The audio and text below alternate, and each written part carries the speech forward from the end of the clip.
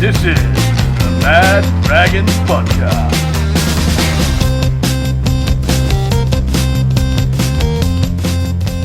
Alrighty, welcome to the Mad Dragons Podcast, our Thursday night, previewing the upcoming Charity Shield against the Bunnies. Last Thursday night. Yeah, the last Thursday night. Yeah, obviously going to Tuesdays when we get back into the swing of things. But yeah, tonight we'll be running through the team list and having a bit of a chat about the upcoming game and a few things Dragons. So yeah, if you got any questions out there in Facebook land, yeah, shoot them in the comments and we'll try and answer them all for you.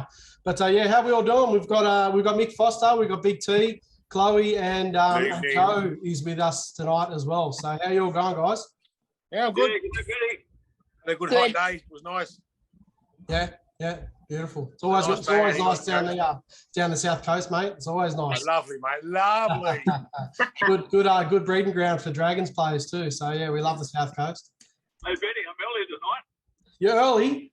Yeah, that's a first, mate. I was on half an hour before we started. How does it feel, mate? You must have woke up from your nana nap a bit early. Yeah, that's it, mate.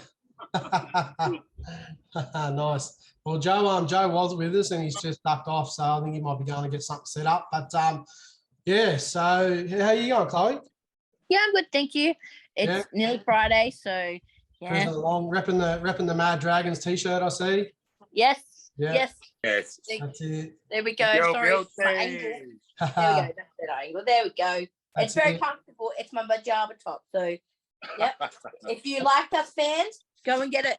That's it. All you punters out there, yeah, you can get all the merch now. We've got hoodies, we've got shirts and singlets and all sorts of stuff. I think we've got red ones and black ones and grey ones and all sorts. So yeah, get out there and grab some of our merch and yeah, hopefully, if I see you at a game repping a Mad Dragon shirt, I might even buy you a beer. Very nice. That's it. Good day to Donnie and Jesse who aren't with us tonight. Yeah. Donnie may be joining us. Just depends what time he gets home from work. Obviously, being over in WA, there's a bit of a time difference, so he struggles for weeknights to get on with us. But yeah, he may make an appearance a bit later. But yeah, so yeah, we might even kick it off with a couple of questions. We've got a few coming through on the chat already, which is mad. Ian Johnson says, when is the Centre of Excellence supposed to be up and running?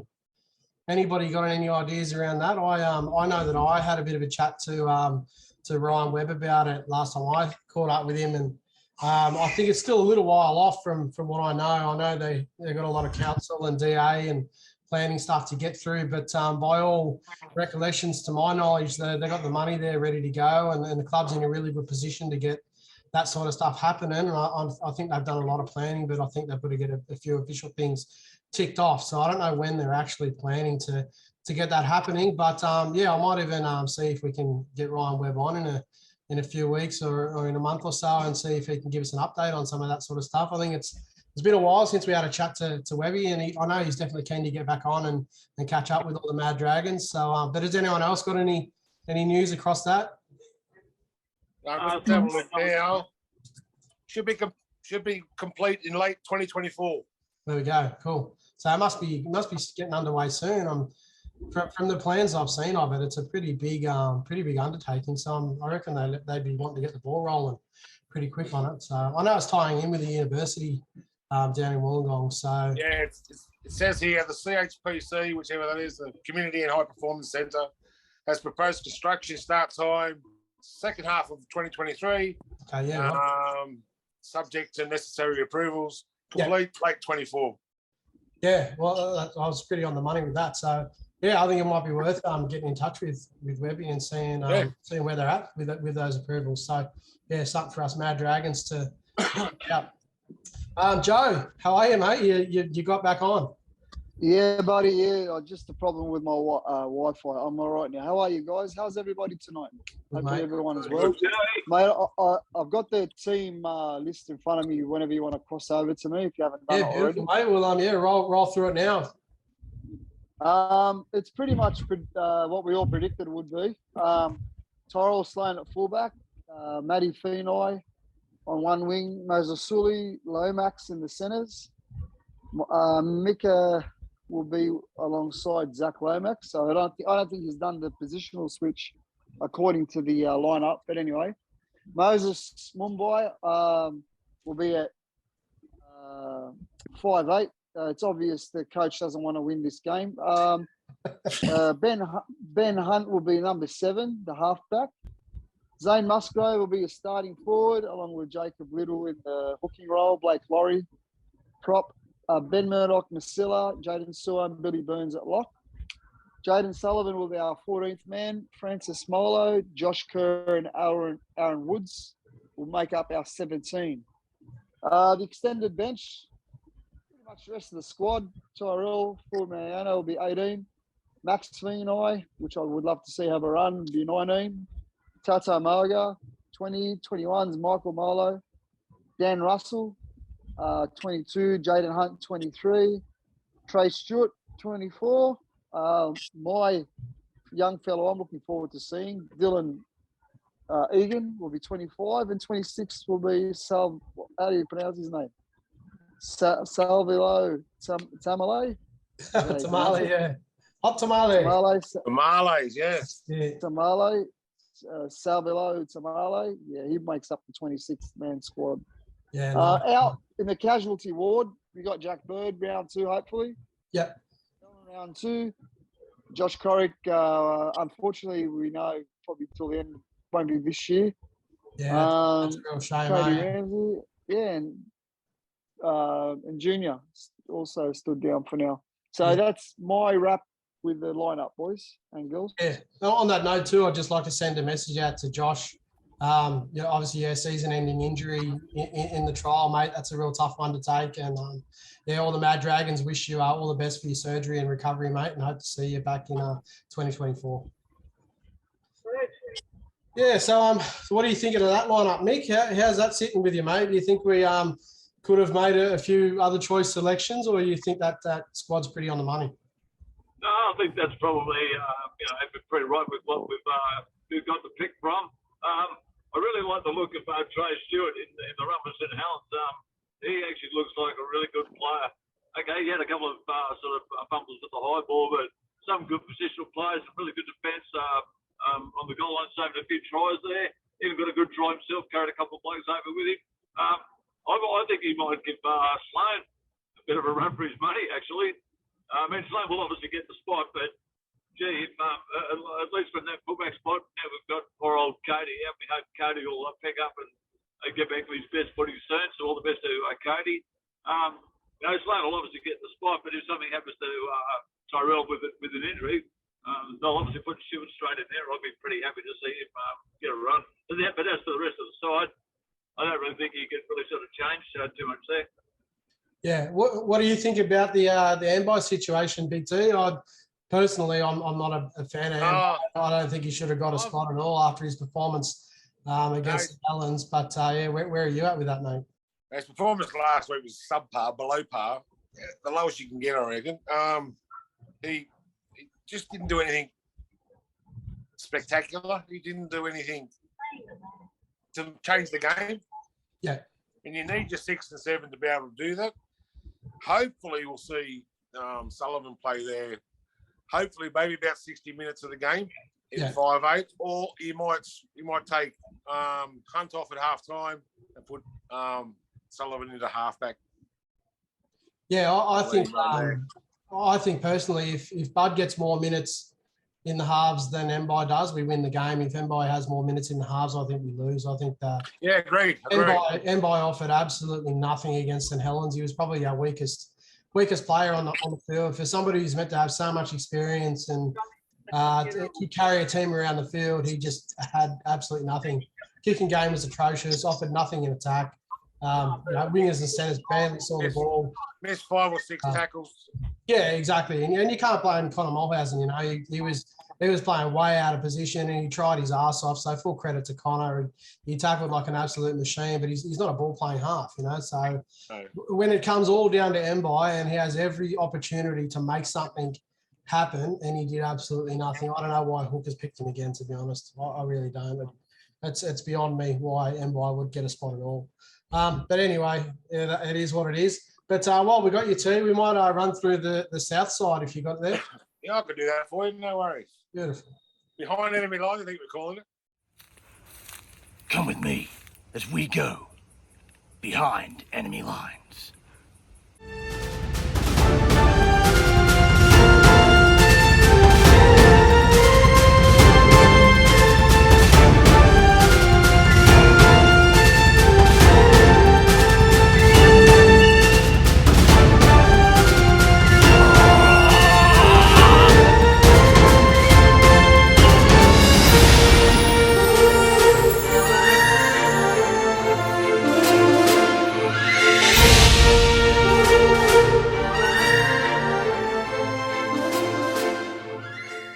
That was lovely.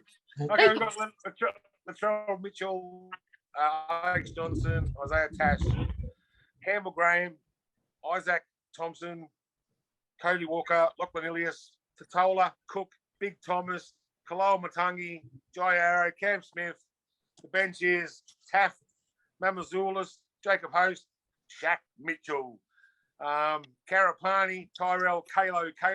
His name's so good you have to say it twice. Love it. Mawale, Fletcher, Richard Kenner, Michael Cheekham, Jacob Gay-Guy, who's Dane's little brother, and Dion Tupu. There you go. I think the South's weaknesses are going to be, I think, there's a couple of outside backs. The small Isaiah Tass, only a little bloke. Yeah. Maybe we can run our big guys at him. Yeah. Who's the other one? Isaac Thompson, who's only played 2 games. So he's a little bit green. And whether it be Feeney, he's a big boy, but Feeney rather, I'd say they'd run over him.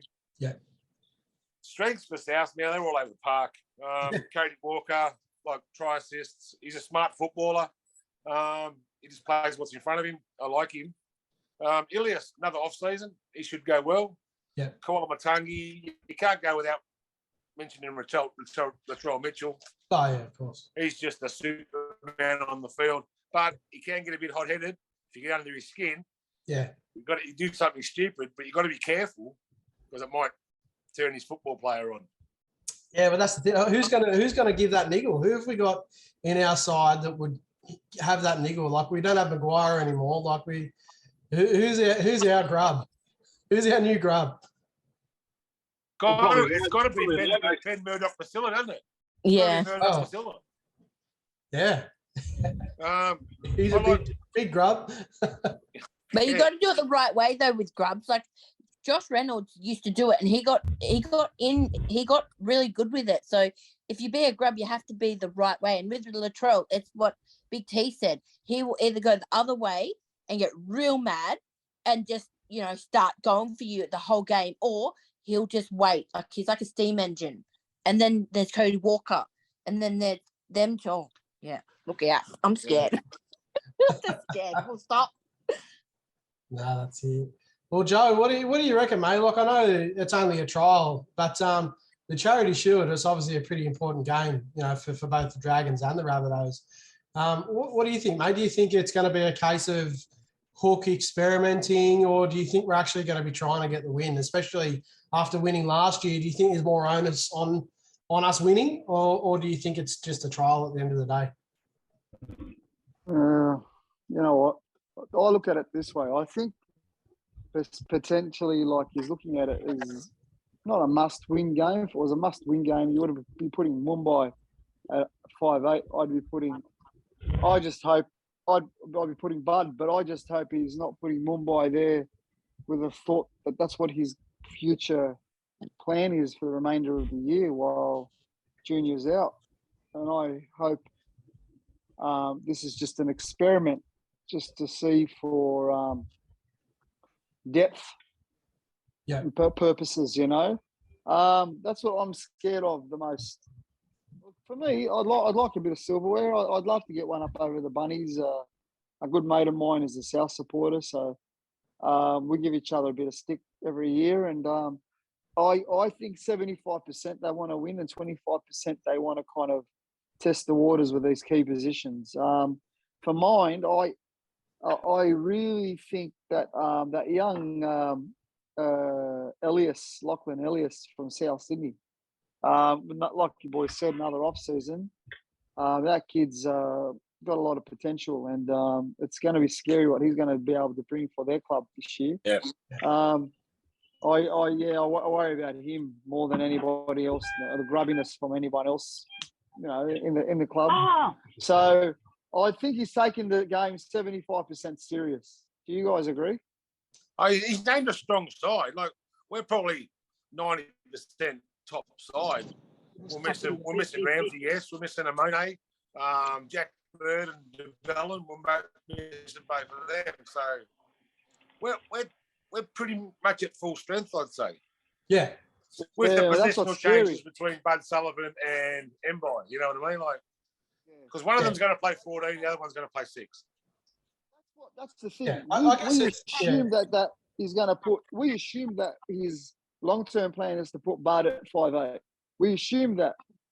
That's what we've been thinking for the last 6 months. You know what I mean? Jack Bird was tipped to he was to be the long-term 5'8". So that's what the players have been saying. But I think somebody said on our private chat there that Tyrell Sloan in the halves. Sloan or Lomax, I did see somebody mention Sloan or Lomax. Yeah, someone mentioned it. Playing in the halves, but I don't know. For me, I wouldn't want to see either of them playing in the halves, personally. But it's Hook, so who knows? We could end up with fucking anyone playing. Aaron Wood. No, don't even get me started on Sharon. But that's my rundown. Got to be nice this year. Yeah, we should be a bit nicer to some of the players, but then again, who knows? Some of the young boys might come out and blow him out of the water and take his spot. Yeah. So we'll be vindicated. Yeah. Well, that's it. Well, I know he was in the media during the week giving his opinion on a few different matters outside the club. So I think Aaron was, he might be sort of piping for a more sort of media position or something like that. So yeah, maybe if he gets an opportunity outside of that, he might take it and won't worry about playing footy anymore. Plenty of young blokes coming through to take his spot, that's for sure. But hey, Benny. Yo. Yeah, mate, a quick shout out to one of the other fellas there, Matty. Matt Hasler, I forgot when I said Donnie and Jesse. So, Matty, wherever you are tonight, mate. Hope you're well, mate. And we'll catch up soon, mate. Yeah, Hasman was coming on, but he's saying he's feeling a little bit crook. The Savo. So unfortunately we've got no Hasman, so no heroes and villains tonight. But it's all good. Hopefully you'll be back on board next week, and there'll be more heroes than villains. All right, Benny. Well, I'm home now, mate. So I'm going to get on the computer. I'll get out of the car. And no worries. We'll be finishing up in about half an hour if you want to jump on for the last 5 minutes. I'll get on the last 29 minutes. I'll see you in 29 minutes. Thanks, Mick. Good seeing you, mate. Take it easy. See you. See you soon. That's crazy, eh? Yeah, so what do you want to talk about now? We've gone through the team list. There's not really a lot happening. We had all of our action early in the I'm just disappointed the Couchman's brothers didn't get another go. Yeah, me too, mate. Yeah, me too. One of them go around one more time. I guess one of them got an injury, I think. One of them had concussion. Had some late symptoms of concussion. I don't know which one it was. I don't think St. Helens would finish any higher than 6th on our table. No, me neither. Mate. I think they're No, so I don't class them as opposition. We're South, so they're probably the same strength opposition because they'll finish around 6-2, I reckon. Yeah. So so they're probably pretty evenly matched, but I think they'll get smashed by Penrith, St. Helens. Oh yeah, I think so too. I think they're going to get absolutely pumped. You know, they obviously the best in the Super League, but I think, like you said, in our competition, I don't think they would really mix it with a lot of sides. No. It's a different style of footy, but I don't mind the English the way they play because it's a little bit more traditional than what we do. You know, it's a bit slower. It's a bit slower. They have more traditional roles for the halves and more traditional roles for front rowers. That's why our young speedy blokes go over there and rip it up, you know, because they play a lot slower over there. And like, Dufty, apart from getting in trouble because he doesn't like something, because I was reading the other day, and Maguire, who's out for 7 weeks because of a disability slur. Yeah, I don't know what it was. But, I don't know what he said either, but it must have been pretty serious. It must have been pretty serious. But, yes. And then the officials on the weekend, eh? We've got Peter Goff. I don't mind Peter Goff. Yeah, he's good, eh? He's I love him. right. The porn star's back. That's it, eh? I think he was definitely a Red V supporter when he was younger. Possibly. He's a Red V. He doesn't mind us. But we have Jared Sutton in the bunker. Yeah. Oh, let's hope we don't have to send too much to the bunker then. I guess that's. Oh, everything will go up. Yeah. Everything will go up. They've got that new Spivey advertising, or whatever it's called, the one they've got now. Oh, yeah. Spy Fix or something it's called. Yeah.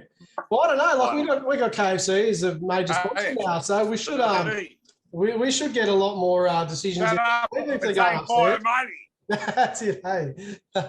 Popcorn chicken for days. I reckon we need to do I reckon we should do a montage of "Shut up and take my money." Joe's going to have to switch from fucking Cheetos to popcorn chicken. He will have to. Too good. Yeah, well, Mohammed Dibbs just chucked a comment in the chat about the Sione Katoa signing, the possibility of that happening. But obviously, I don't know if he's up to date with it, but I'm pretty sure that's off the table now. He re-signed. I think it was bullshit anyway. Yeah, it started already. Every single time there's a player that comes on the market, they're linked to us automatically, you know. So well, apparently the guy who put it up closes the account the next day. So yeah, it was all bullshit from the start. But we need some marquee players. Like, this is what's shitting me. Every year we don't get the good players. We just get the old ones that need to like either get in the media and piss off. Yeah. But we need good players. We need some come on, get your head out of here. I think it's also a case of we were having the chat about coaches on Sunday, and I think it's a similar situation. You know, I know. Unless the club itself is in a good position and getting good results, what makes it attractive for those marquee players? That's true. What makes it attractive for those coaches? Exactly. How are we going to attract a big name coach? What makes it attractive to Bellamy? It doesn't make it attractive at all. No, that's it. I think the culture. Living in the Illawarra is probably the biggest draw card to come to the Dragons. I know, you're right across from the Steelers club, just go over. They'll give him a nice house in somewhere in Shell Harbour on the beach or something, and he'd be kicking back. But it'd be better than Melbourne, that's for sure. Melbourne's But we've got the boss man. Boss man's made it. He's just flown in. He's done a mick on us. We're just about to wrap it up, and he's come in the last minute. How are you, Donnie? Yeah, all right, mate. Just come straight in from work. I was listening to you in the car. He's going pretty well without me, but I'll just jump in and say good day. You can take over. I had a little episode before we got on air. I was having some dinner, and since I had my surgery on my nose, I'm not meant to sneeze, and I sneezed for the first time, and oh my god. It was, I was seeing stars and everything, nearly passed out. And I'm like, oh shit, it was like 5 minutes to go before we're about to kick off, and I'm having a sneezing attack. But, look, love it. See the things I do for you guys out there in Facebook land.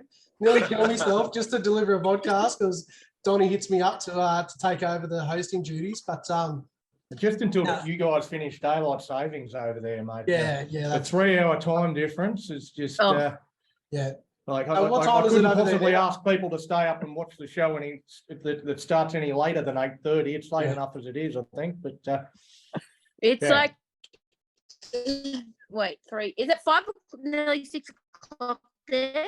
Yeah, nearly 6 o'clock here. Yeah. It's definitely nice and bright there, mate. You got a nice reflection off the posters behind you. But yeah, nice and dark here. I'm ready for bed now, especially after sleeping attack. And Mick's back on as well. Mick's done a Mick. Yeah, are we working? Mick's done a Mick after Donnie. We've got the whole crew. Okay. The important ones anyway. Oh, sorry, Matt. Sorry, Murray. Where is Muzz? Yeah, he's working. Muzz is always working at the moment. I think he's right for Tuesdays, but yeah. No, happy days. Well, yeah. Well, just to backtrack a little bit, Donnie, where are you at with the squads for the Charity Shield, mate? You got any thoughts you want to share? Oh, mate, I think that the starting 13 is pretty close to what I expected, and I think the two that aren't what I expected, I don't think anybody else expected either, or I don't think anybody else is happy about it. Yeah. Moses Mbai, obviously in the 6 jersey. That one blows me away a little bit. I know there's a lot of people saying, oh, Jaden Sullivan's, he's not 100% fit. Bullshit. He was 100% fit last week. Yeah. Like the bloke is ready to go. He is 100% fit, would not be in this squad at all if he wasn't 100% fit. So people saying he's not 100% fit, bullshit. Yeah. This is the team that Hook thinks is the best team. It's got nothing to do with Sullivan being fit or not. So I'm a little concerned that Hook still thinks Moses Mbai is the best option for us at 6. I think the other one that people say is, oh, Hook's playing it safe. I said, how is it playing it safe, picking a bloke that you have watched fail over and over and over again? That's not playing it safe. That's playing it stupid. Yeah, exactly. Do you think it's a case of him not really playing it safe, but more playing favourites? Well, I know a lot of people have been throwing that around, especially since his team list came out, that he just seems to be picking those guys that he just, that he's got his favourites and he keeps picking them no matter who is the best person for the spot. He seems to be picking these guys in these positions. Yeah, they're still left field choices a lot of the time as well. That, he's not like he's picking the best guy in his best spot either. Yeah. Isn't Mbai taking $1 million out of the cap? Something close to that? I hope not. No, I think he was on ridiculous money at the Tigers, and we've taken over the Tigers, but the Tigers are paying half of it. So he's taken about 400 off our cap and about 450 off the Tigers. So yeah, but he's on crazy money. I don't think it's so much favourites, Benny. Hook likes older players. So whether that's the same word for favouritism or not, but he likes the older, experienced players that we've seen with Woodsy and McCulloch and Maguire, and so yeah, he obviously likes the older guys. Yeah, well, yeah, I think so too. Like I know Donnie made a comment in our group chat about Aaron Woods getting selected. Like you got guys, like the Cashman brothers and young guys that are playing good footy, making big meters, having a high impact, and then you go to a guy like Woods who's notorious for 10, 15, 20 meter gains over, you know what I mean? I think in a 26-man squad though, Woods was always going to be in the 26-man squad somewhere. I mean, he's part of our 27 top 27 players. So to think that he wasn't going to be a part of this 26-man squad, I think is a little optimistic. I think that was always going to happen. The other interesting one for me is Billy Burns at lock. I know Hasman doesn't like Billy Burns at all and wants him to get fired into the sun, but I've actually got a lot of time for... only because he took Jackson Ford's spot. Yeah. He wasn't going to like anybody. But what is Billy Burns good at? Well, he's good. Well, he's good at running good lines, angles, sideways movement. But he's got to do it more. And then he puts him right in the middle. Put him in the middle. Makes no sense. Yeah, it's stupid. Take away all the things that he's good at. Yeah. That's the thing with Hook that I'm really just scratching my head. Like there's just like I said, he seems to. I don't know whether it's favourites or he just has no idea. But some of these choices, and it's not a new thing for Hook either.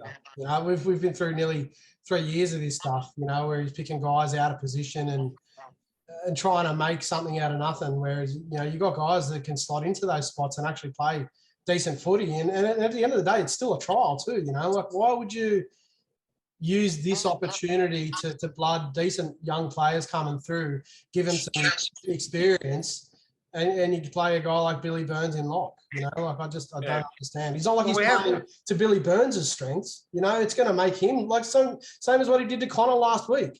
He made Connor look like a fool purely because he put him in a position that's not his natural game. Like of course he's going to struggle. And no, I'm not dissing Connor at all. I think considering the circumstances, he played a decent game of footy, but he's not a 6, and I don't think Billy Burns is a lot. I'm not trying to make excuses, but we have had a pretty tumultuous last 3 years. with Hook or just no, with St. George Dragons by themselves, you know, like we've had players riot, we've had people not turn up to train, to presentations.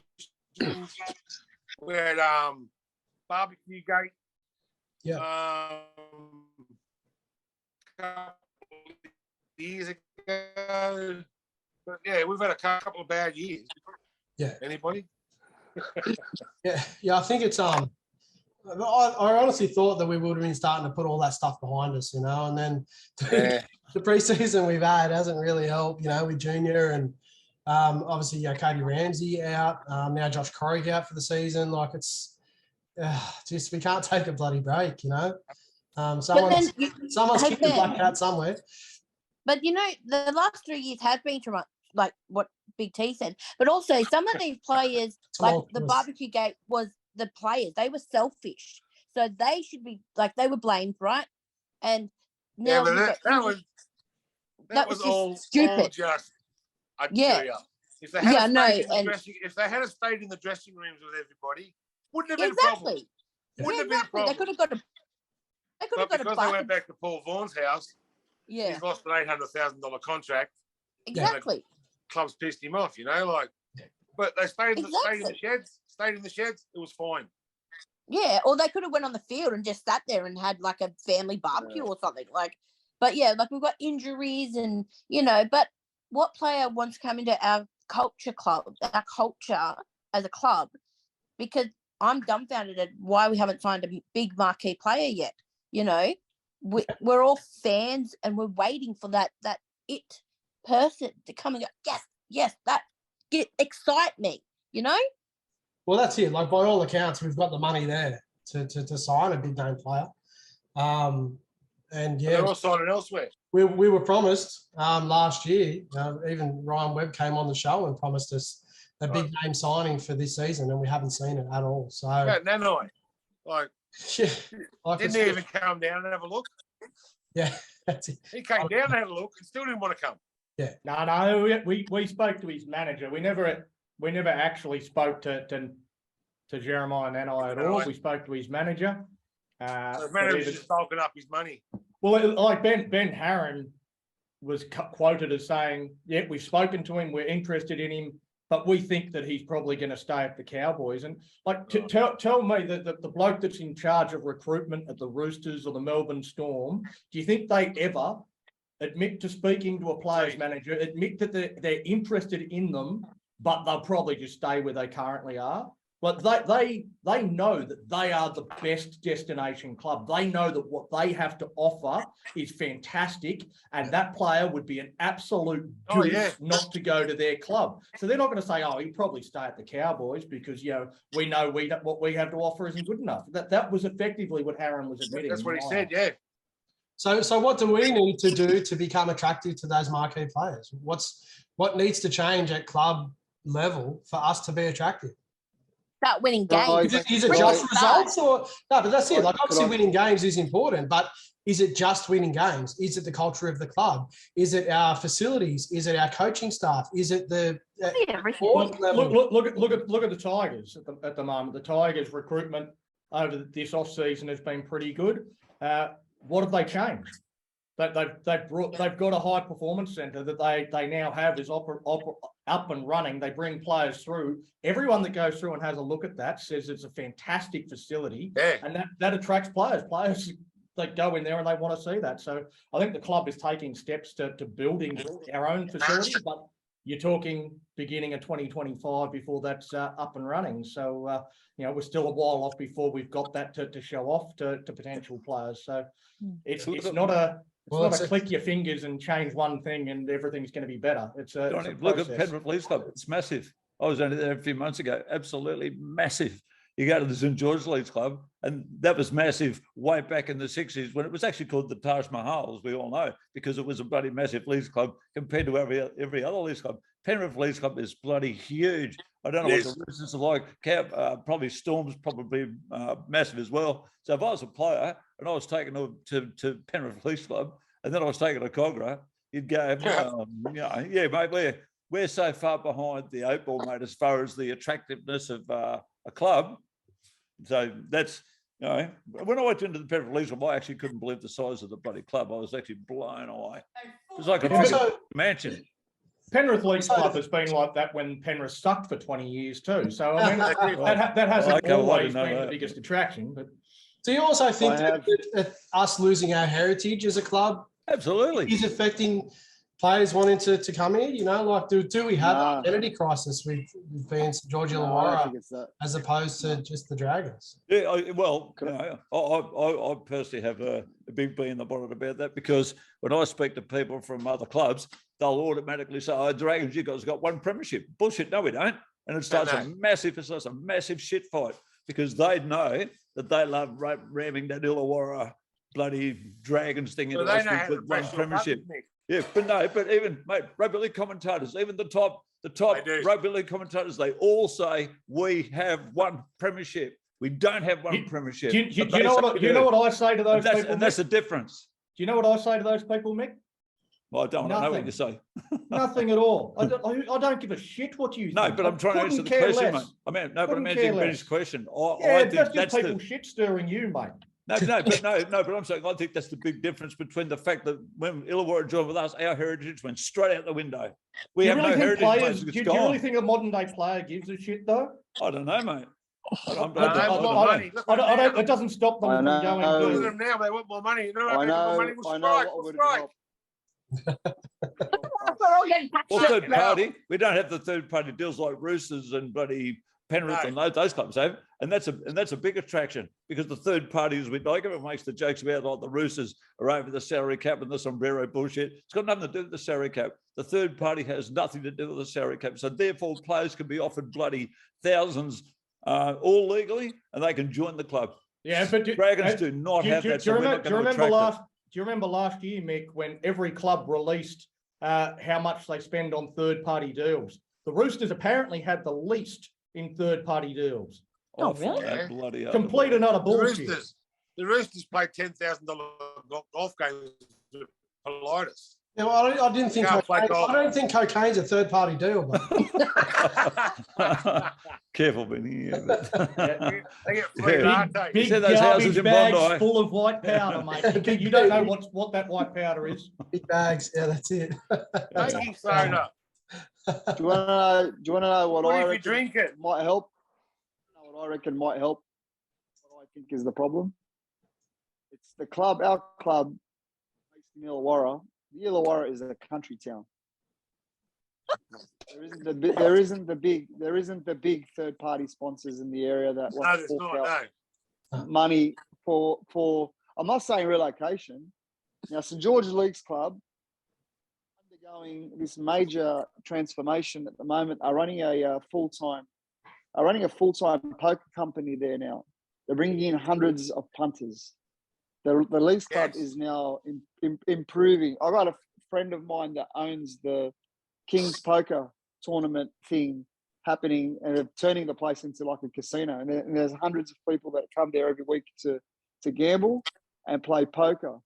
Now, I'm not saying poker is going to be the answer to our problems, don't get me wrong, but I think a little bit richer, the club becomes a little bit richer, and we could probably relocate back to Sydney. Illawarra fans don't get the shits. I'm just stating the obvious. No thanks. Thanks. I like Wollongong. No thanks. If we relocate, I'm not saying we can have our home games there as well. I'm not saying to run away from there, but relocate there now back to Sydney. A Sydney team, look at play clubs like the Roosters, like Penrith, like Brisbane, like Melbourne. Big cities, you know, are the key. Country like Newcastle, Wollongong, we're going to struggle. We don't have the big sponsors. Newcastle will probably have better sponsors than what we do in Wollongong, because if you've got a business or a company in the city, say for example, Glad used to be third-party sponsors and sponsors to St George for many years, but they're based in Sydney. They're like a maintenance business, a very big company. I haven't heard from Glad being involved with the Dragons for years. So I'm just giving you ideas. You know what I mean? Yeah, I would say with ideas. Ryan Webb might be the better person to talk about this than anyone on here, but I know he has said that last year the Dragons had more corporate sponsorship, more money coming through the door than at any other stage in our history last year. So we've just signed on KFC, which is some pretty decent dollars that'll be coming through the door with them. I think we're doing okay in terms of the profitability of the club is at record highs. It's at a point where it hasn't really been. I don't think that's the problem, but Donny, it's what we need to pay players, if I can use the expression, under the table. Like what we need to pay players, attract them, to give them a life after football. The Cheese himself comes on and says, "Oh, I like what the Roosters are offering me after I, finish my tenure and my career." But when players come to the Roosters, Anthony Mundine came out the other day and said that he was getting hundreds of thousands of dollars every year under the table when he was at Brisbane. So there you go. It happens. It happens. Good old talk. Just depends on what club you're at. Mate, at the end of the day, if you're playing by the rules and you're behind everyone else, exactly. That's right. That's it. Maybe we're just too honest. That's the problem. And Bennett, that's probably a big thing, mate. Yeah, we probably maybe are. someone from the Wollongong must. I don't think it's the case. I don't think it's a case of being honest. We are honest, but we just don't have. And I've said this for 2 years now while we've had our podcast going. We just don't have pocket fans. If we do, they're either too tight or too afraid to put their hands or their into their wallets. But you know what would happen though, Joe? You know what would happen if we did have that big money fan that was willing to pay players and under the table do all that stuff. We would get busted. We would lose all our competition points and get kicked out of the comp. The Dragons would stuff it up. And they would get caught. And they make an example. You'll only have one set of books. Yeah, we'd be kicked out for 10 years probably. I'm not saying under the table. I don't mean it figuratively like that. Yeah, I'm talking about legitimate. I know what you're saying, but even the Brendan Smith thing, if that was in writing, but if that was in writing, a deal that he has in writing for a career after the Roosters, like that would be a breach of the rules, but it wouldn't be written down anywhere. The Roosters do it right. Like the Dragons, if they were to try and do this stuff, they would stuff it up because they don't seem to get many things right in head office. Can't even organise a barbecue, let alone. I should have left it at the ground. Brendan Daly in the chats had an absolute cracker. Guys, we only signed KFC because of the amount of times that we get sent to the bunker. So, good airtime, good advertising for KFC because we're always getting and this year they're not going to be doing the bloody no tries, so we get no benefit at all. Someone else I think's doing it. KFC was just paying us in advance for all the shit decisions we had from their bunker in the last few years. Last year, that's it. So yeah, I don't think it's financial thing. The club's in a really good position from all accounts. We've got the money to sign a big name marquee player, but the sentiment in the chat is definitely the coach. Like Brendan Daly said coach, Rory McDonald said coach. A lot of guys are saying that it's the coaching staff that seems to be the biggest roadblock to signing those marquee players. Do you think Benny O'Brien says coach? Mate, I think the culture at the club is probably not the best at the moment. The amount of off-field crap that we got going on, it just doesn't seem to add up to me. Every year we've got more and more drama, so I don't know whether it's a management thing, maybe, player managers, even the barbecue gate. Like the players all got together to go and have this barbecue at Paul Vaughan's house. Surely some of the players' managers said this is not a good idea. And it was in lockdown. The coaching staff would have said it's not a good idea. Somebody said it's not a good idea. Somebody must have said to the players, look, don't do this, like where were the players' managers saying this is going to put you in a really shit spot, so there's obviously a lot of communication breakdowns within the club from management to players to coaching staff to, you know what I mean? I think there's stuff that really needs to be worked on at all levels of the club before we're attractive.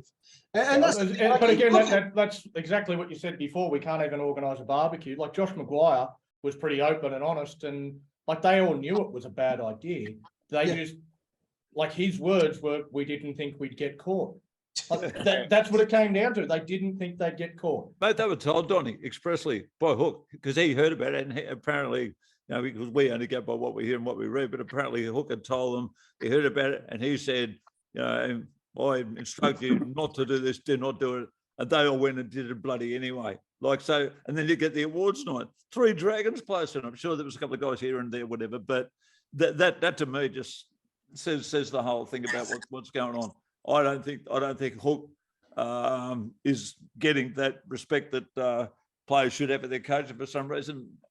I just don't think the players have that for whatever reason. Because if they did, you'd get more than 3 bloody Dragons players out of 30 at an awards night. Yeah, but is it just respect? I've seen that respect lacked way back when Blake Laurie and Zach Lomax were fetching Hindy, and Lomax was going, "You dumb fucker!" That was actually pretty bloody funny. Still. No, that's right.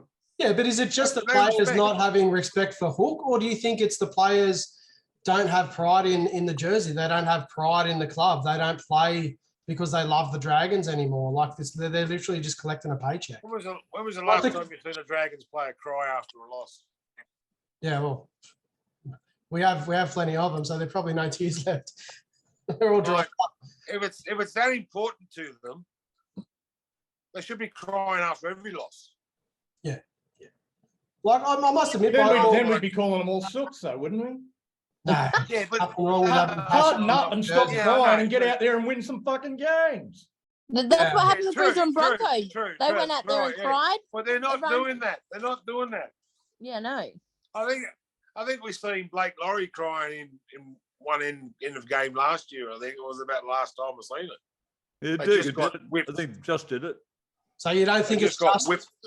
It's not just disrespect for Hook. It's actually at a club level. They don't respect the jersey. Like we were saying earlier, the Dragons themselves lost the culture when they joined with Illawarra, which would, I don't know if they keep teaching the history of the St. George Dragons. Do they teach that history to the young kids, or we've had a team since 1999, and that's where we start.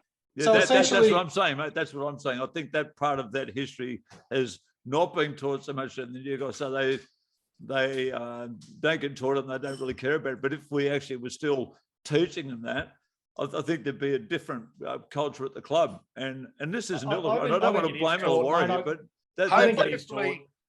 Because you see new players come to the club, and every player talks about the history of the club and like where the club has been and 11 premierships in a row, and they all talk about it. They all know about it. They all know the Dragons' history. They all know it's part of our club. Right? Yeah. But the St. George Illawarra Dragons, what's our identity? The St. George Illawarra Dragons, what's our identity? What's our history? And does it mean anything? Yeah, we lost the first grand final in our first season, even though we were paying twice as much in the salary cap, which we were allowed to do. Everyone does, yeah. It's Dolphins in the same. No, we were allowed to do. We had to, because we merged, we had a bigger salary cap. Yeah. So, that's our history. We lost our first grand final to a head-high tackle. 2010, obviously, is the high point. Oh, that was the best one. But since then, 2005, we should have been in the grand final. Yeah. But if we folded tomorrow, the St. George Illawarra Dragons folded tomorrow, what would we as a club be remembered for? I don't know. Turmoil. Yeah, to be honest, I reckon that would be a lot of it. Yeah, but it would be, I remember when everyone went to Paul Vaughan's place and they fucking sacked half the team. Do you remember? That players getting arrested and players up on charges for sexual assault and do you remember when their CEO or their chairman wrote a letter for that pedophile? Like, come on. It's actually pretty sad when you think about it, isn't it? I actually think of 2010. 2010 was our year, and I was at that game, and then afterwards, it was the lead up to the World Club Challenge. That was actually the Wayne Bennett era was great, And I know you guys are talking about all the bad shit. And yeah, we do. Every club has bad shit. But we had a good year. Yes, we are both St. George and Illawarra. And I might offend a few people, so I'm sorry about this. But I think I'm grateful for St. George because I don't think the Steelers would have folded anyway. We didn't have no money and that's why, yes, there's history in both clubs. But let's be proud. Let's bring the proudness back. And that's where I am. Yes, we had a shit game last week, but I saw good things in that game, the young guys. And Hook needs to pull his fucking finger out. Sorry, I'm swearing, guys. But he needs to have those young guys. There was some good guys in that team last week, and I saw them. You know? Yeah, I mean, there's a lot of history. There's a lot of talk from the St. George members of this panel. I didn't mean to offend everyone, but I get sorry. There's no need to apologise. You need to stop apologising is what you need to stop doing. You apologise every time you have a rant. You show some passion. That's a bloody good thing, Chloe. Don't apologise for it. I think our fans need to be more passionate. I think that's half the drama. Like, we're getting so used to mediocrity that we're not firing up anymore. I know, and that's what we need. Even at the games, like, where's all the fucking crowds gone? Who's singing the chants? Who's firing the boys up? Yeah, like, I heard we are dead set the most quiet. But last week, I was on the hill and St. Helens fans, which I was so happy. They were the ones. 80 minutes, all I heard. Not one. I was trying to do the Dragons chant. No one started it.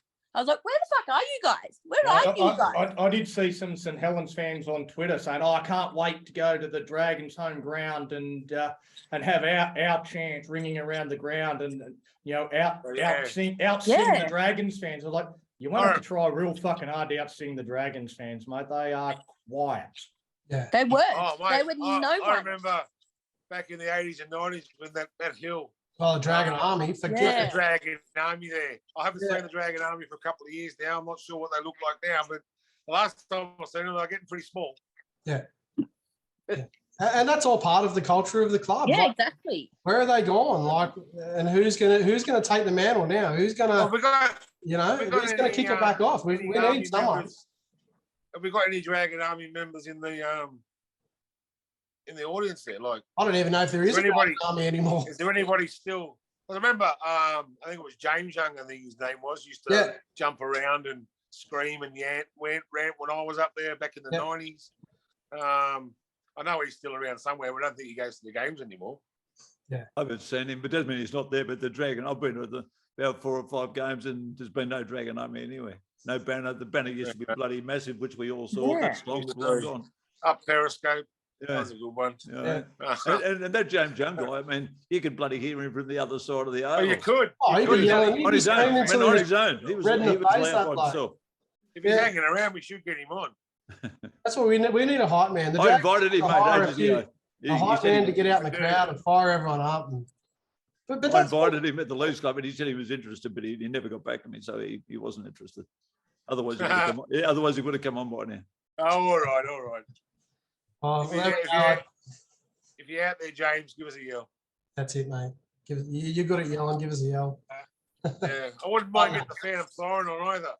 We've got to find the Phantom Siren. Yeah. Well, I'm good mates with the Phantom Siren, mate. I can get him on whenever you want. Oh, yeah. Sure, that'd be cool. Talk to him. I've seen him on with Fossey a couple of times. He's a funny man. Yeah. He could actually end the podcast when Benny or you say good night. He could do it. Instead of Mick coming in late and we'll get the siren. Yeah, penalty for Mick being late. The Phantom Siren actually called me on Saturday and before the game started, wanted me to send a hype up video to a mate of his that was having a birthday. So cool. But Donnie, you should ask him, how is it possible to be that loud around the ground where people on the other side of you can hear him, and you think that must be impossible to be that loud, but he was loud. All the players heard it, the refs heard it, everyone. He didn't have a megaphone; he just had a loud voice. That's right. Yeah. Remember? Does anyone remember the Wendell doll? Yeah, that was funny. That was funny as man. The Wendell doll loved it. The Wendell doll. Yeah, that was classic. A little Wendell figurine on a big stick. On a stick. That's at the museum now. At the Casula. Well, I bet you Dell loved it. He would have loved that. Yeah. Wendell Dole. So you should try to track some of these people down and get the people, the crew, come up with this stuff and get them on and say, hey, what are you doing? You know, do you want to come to the game? We need to rev up that Dragon Army and get it up there again, you know. Like. Yeah, well, that's it. You know, just need to get the whole Mad Dragons podcast together, and we could replace the Dragons Army. You wait till April 1st. Come on, April 1st to be good. It'll be the Mad Dragons, not the Dragon Army. That's it. I'll get all day 4 hours before for the hill, so I'll keep a spot for us, okay, guys? Yeah. I'll be there as soon as gates open. So yeah. Oh yeah. There for a couple of games in. Well, we got the local derby against the Sharks at Cogra, so maybe we should all get together there. I'm glad that's moved back to Cogra too. Yeah, for sure. Should always be at Cogra. I think we played at Wollongong last year, didn't we? Last year. Oh yeah, it was pouring down with rain. I was on the hill that day. Oh my God. That was fun. Pouring rain. Who here actually calls it Ned Strata? I've never said that in my life. No, me either. Every life, no. I didn't even know it was called that, mate. But I just got Jubilee. I'll go to Jubilee, mate. See ya. I was calling it Cogra Jubilee. Cogra, yeah. Cogra, yeah. Well, there you go. Well, it's up to all the fans out there to start firing up and get to the games and get loud. What's our prediction for Saturday? Yeah. Let's fire around and do some predictions. Dragons by 4. Dragons by 4. Yeah. Tipping and Lomax to have a blinder. Yep. Flick passes all day. All day. they won't come off, but we all day. Maybe Lomax will be the one to give Mitchell a bit of nickel. He doesn't mind getting. That's another. What about swapping Lomax and Sully on either side? What's going to happen there? You know. Well, they're going to do that. Apparently, that they're going to be. Is that to stop Lomax doing the flick pass? Is that the idea of that? Or no, it's because defense. Hook wants Ben Hunt and Lomax linking up. Yes. Oh, right. Okay. Well, Benny asked earlier on in the night who was going to do the niggle, and I was in the band. I answered, but they probably didn't hear me. I actually said Lomax because he's got that. You see the way he sometimes tackle blokes, and then he gives them another pickup and he slams them on the ground, and he goes very close to getting penalised. But he's definitely got that. He's probably out of Latrell Mitchell, probably Lomax. Yeah, I don't know if he's going to go picking up Latrell Mitchell and say. I just say he's going to pick up Latrell, but I think he's our sort of he's sailing close to the breeze, especially for a back. But I think you were mainly asking Benny about who as a forward you were going to go. I think that Ben Murdoch-Masila, he in that St. Helens game, he looked really good to me. He did some really big shots, and that little pickup where he had to bend down to pick up that ball that was on the ground and pick it up, and he actually had a bit of pace too. Yeah, he does over 10 metres. He's quick for a big boy. What about Blake Laurie's hit on Ignatius Parley? That was a good one. Very nice. So I think Ben Murdoch-Masila might be a very big player for us this year, and that's the first time I've really kind of paid much attention to him. But and just go back to saying big name players. Well, isn't Murdoch-Masila considered a big name player? In my head, I think he's a big name player, but maybe he's not. He's a big framed player. I don't know about big name. Big name, not big name. No, I don't think he's a marquee signing that.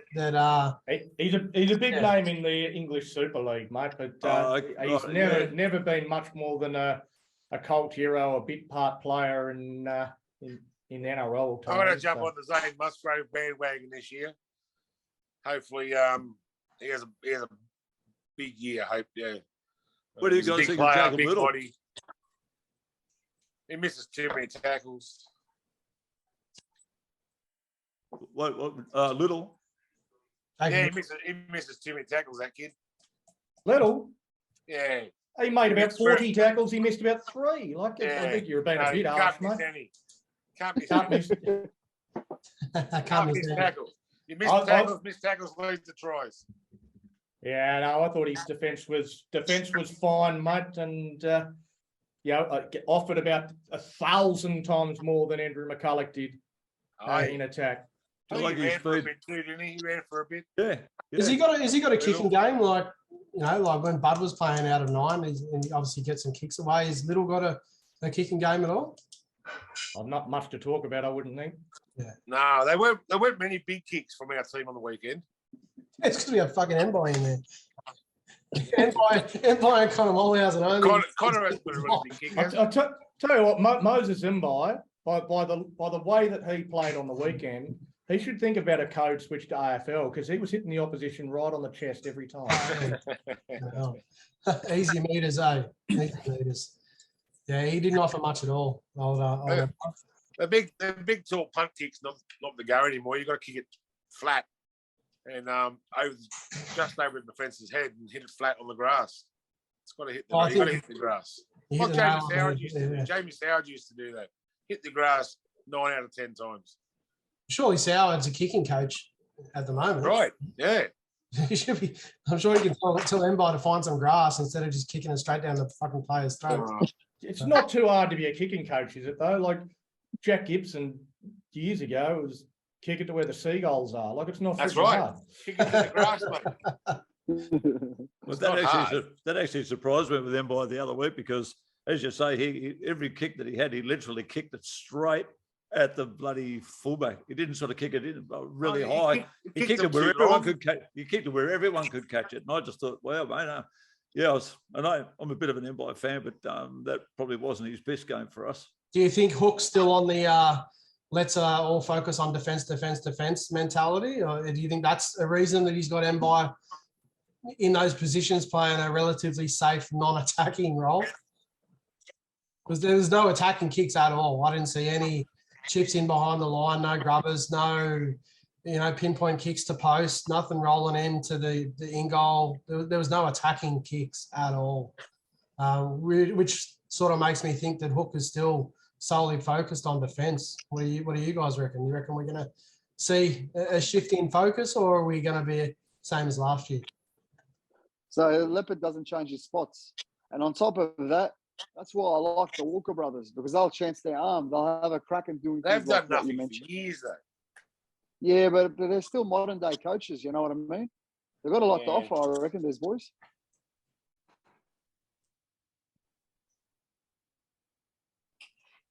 Yeah, that's just my opinion. That's all.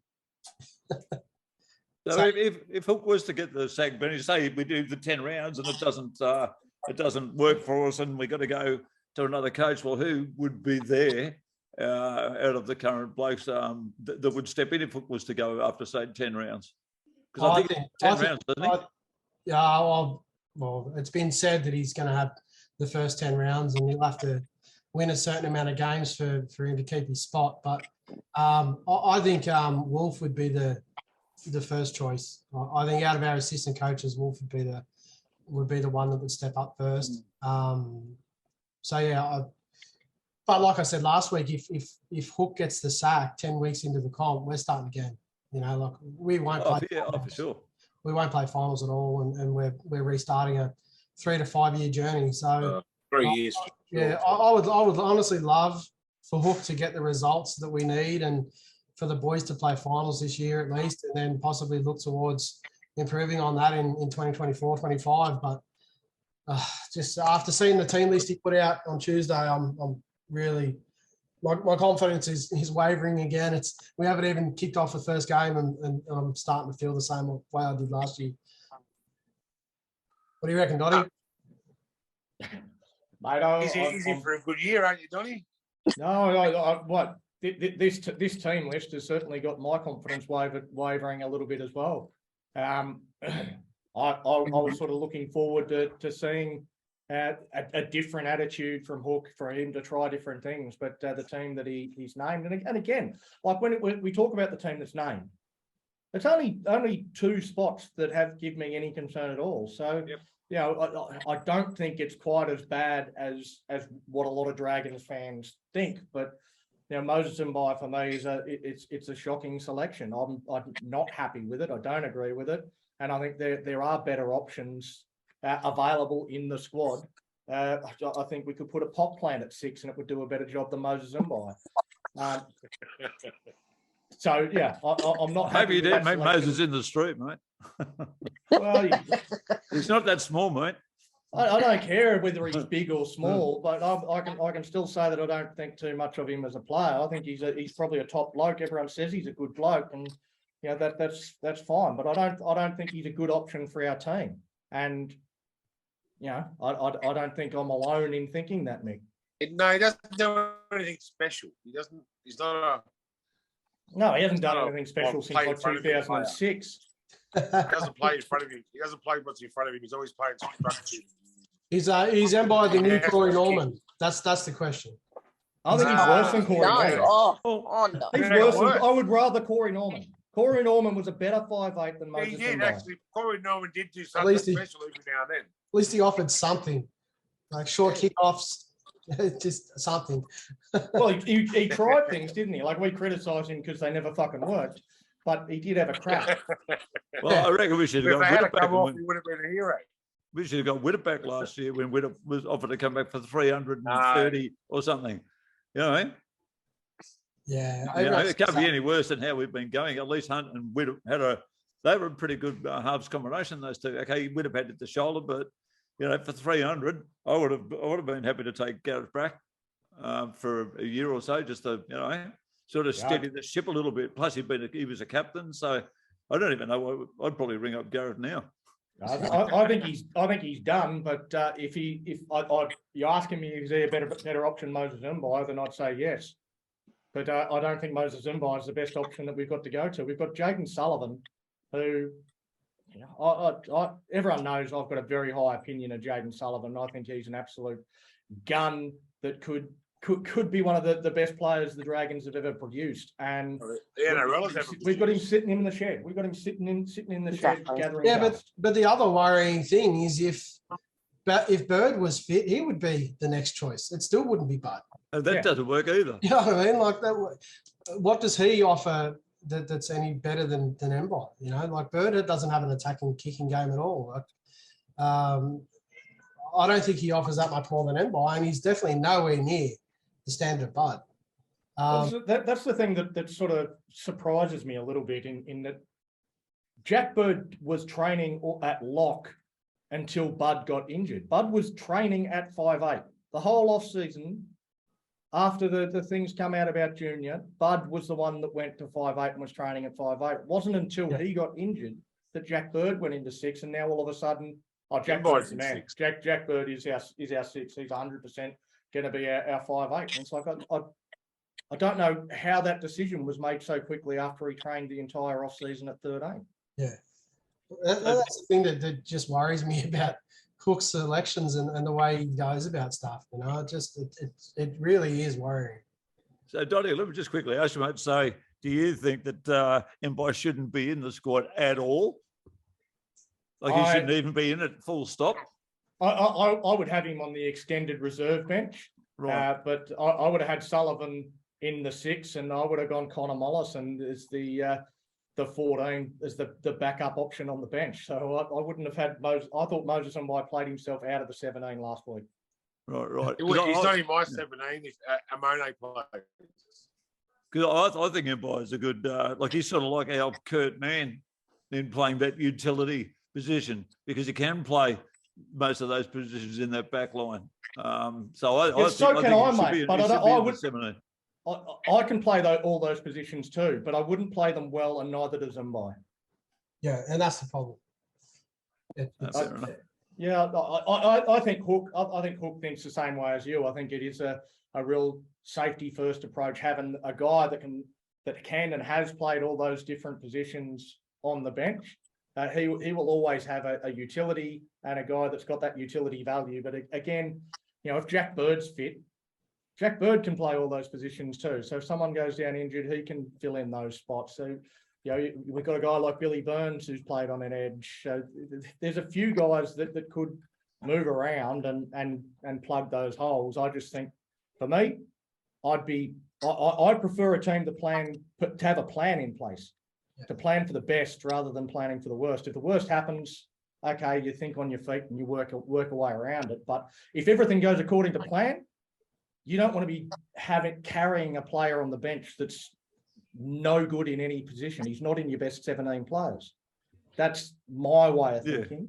Yeah. But Hook definitely loves to have that option that gives him a bit more flexibility to do things when things go wrong. Well, I think he is in our best 17, but that's a different thing, but that's all right. He'd make my 17. purely because of that safety. I must be very hook orientated in that sense, because I like the fact that we said the Empire is probably not going to win you a game, but I don't think Empire too often is going to lose you a game either. I just like he's very, like, you know what he's going to do, and he's very predictable, but it's just very safe as the best. Nightingale, they say Nightingale, he was just a safe player. The other team knows what you're going to do. You can't play rugby league. Well, he's definitely not going to win us a game. Last week, he's pretty, testament to that. Well, Empire's been in first grade for a bloody long time, so to say he can't play football would be a pretty ludicrous suggestion. He's been there for years. Like, I mean, but maybe he's a bit slower than like 2005 since he started. But I'd rather have Bud at 6 and work with Ben Hunt. Like, I'd have Bud over him for sure. Like, I've wanted Bud to play all games last year, and if he's not going to get games, he's going to ask for a release again. So give him a shot. Give these young guys, there's Stewart, there was all the guys that were playing last week. Give him a shot. Come on, Hook. Okay, so the team we filled this week for the Charity Shield, would they beat St Helens? They go a bit closer, I think. Yeah, a bit closer. Like maybe 28, 26. They would beat St Helens by the same margin they beat us. This team would beat St Helens 100%. And I still think Empire is the weakest link. Yeah. 100%. Is Josh Kerr, sorry, when you read the list, mate, is Josh Kerr play? Yeah, mate, he's on the bench. He's playing, he's on the bench, okay. They're all on the bench, Mick. Pretty much every player you can think of is if he's fit, he's in the team somewhere. All right, okay. And Hunt, of course, while Hunt's playing, obviously. Yeah, Hunt's back in, Sloan's back, Kerr's back, Philly's back. Everyone's we're getting the two. I'm actually keen to see what Musgrove at the right time. Yeah, me too. To Bellin. We're getting the two Jacks back at the right time. Yeah, Bird and Bellin. Nice, perfect. Yeah, I'm still a bit 50-50 on whether Bird will be fit. I think they might give Bird an extra week. I think he might be until round 3 before we see him. Has anyone heard anything further on Junior when he may be potentially? 1st of March, I think, is the next time he's back in court. But I don't know. Again, it seems like they go back to court about 75 times before anything actually happens. So I don't know. So you don't tip him playing footy this year? No, I wouldn't think so. I mean, there was that Manly player, Manassi Fine, who stabbed a bloke at the church dance. It was pretty open and shut, and it still went for 2.5 years. Yeah. So it's going to drag on. Again? Yeah. Another one. We wish his family the best, mate. If you're listening, Junior, mate, we wish your family the best, mate, and hope you can get back, mate, and back on the field. So just wish you well, mate. I've just seen him back in the Red V. I think it'd be definitely a massive strength to our side at the moment. At least get rid of Empire. I would, yeah. I hope Empire doesn't watch this program. That's all I can say. It is what it is. Like, we want to see the best 17. We want to see the best 17 players on the field too, and we want to see the boys winning games. So we're going to be vocal about what we think is going to be the best recipe to do that. So I'll tell you what, Blake Laurie has copped no end of shit from the Red V podcast and Jack Clifton, and he went out last weekend and turned it on. And said, "Cop that, Jack." So Moses Umbai every week has the opportunity to go out there and put egg on our faces. But so far he hasn't done it. Yeah. That's it. We'll be your worst critics, but we'll be your biggest praises if you go out and have a player blinder and go out and try something. Get a win. Try something. Yeah, Sloan, try something this weekend, Sloan, okay? Do something. Let's do it. You're against Mitchell. Come on, buddy. All right, let's shoot around, do some predictions. We'll go winner by how much, and who's the player to watch? I've got mine 4 points and Lomax. Chloe? By 2, Sloan. Donnie? I think we're going to get done. I think South will get us by 10. Jaden Sewer, though, I'm looking forward to seeing Jaden Sewer back out on the field. I thought he was one of our best last year, and I think he can be even better in 2023. Yeah, nice. Mick? Probably South by 18. Yeah, right. Wow, big one. And no one to watch. Yeah. No one to watch. Not Mby. You're not tipping Mby to have a blinder. No, prove us all wrong. No, absolutely nobody. Joe, what do you reckon, mate? I think South's by 14. Player to watch. I'm looking forward to seeing Moses Sully back in action after his injury. Yeah, nice. Jesse, South by 12, you said? South by 12. Jesse, yeah. Yeah, well, I'm going to be with Donnie on this one. I think South's going to be a little bit too good. Just a couple of key positions that we've spoken about. I'm not over confident about with the Dragons. So yeah, I think South's by. I think it'll be close. South's by 6. Player I'm looking out for is big Ben Murdoch-Masila. I'm really keen to see him get out and play with that mongrel and really rip it up. I think he's going to be a really exciting player for us this year.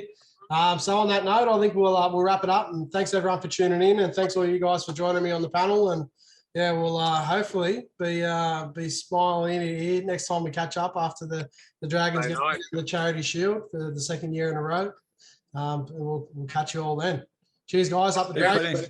Thanks, guys. Dragons, Go the Dragons. Let's go the Dragons.